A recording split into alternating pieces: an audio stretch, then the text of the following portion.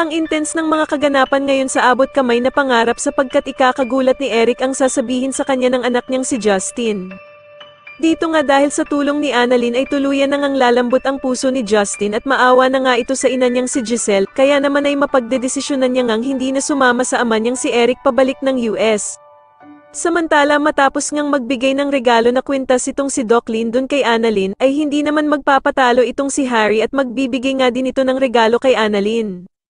Matapos nga ang naging performance nila Annalyn at Justin, ay masusupresa itong si Annalyn dahil nga sa gagawing surprise message ni Harry habang nakasuot ito ng Santa Claus. Sa kabilang banda naman ay muli ngang magkakatagpo ang landas nila Doc Robert at Lynette dahil sa pareho silang a-attend sa party ng mga bata. Manghihinayang naman itong si Doc Robert dahil sa hindi nga daw makikita ng ama niyang si Don Pepe ang kanyang mga apo, na sila Annalyn at Justin na magkasamang gumawa ng party. Pero ko-comfort naman siya ni Lynette at sasabihing may pag-asa pa naman daw na makita ni Don Pepe ang kanyang mga apo dahil sa buhay pa naman daw ito.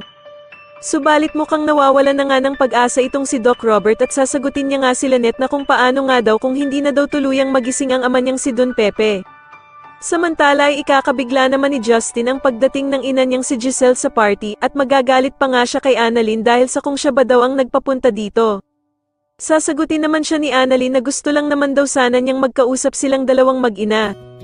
Pero agad namang hihingi ng tawad itong si Giselle sa anak niyang si Justin at aalis na nga lang daw siya.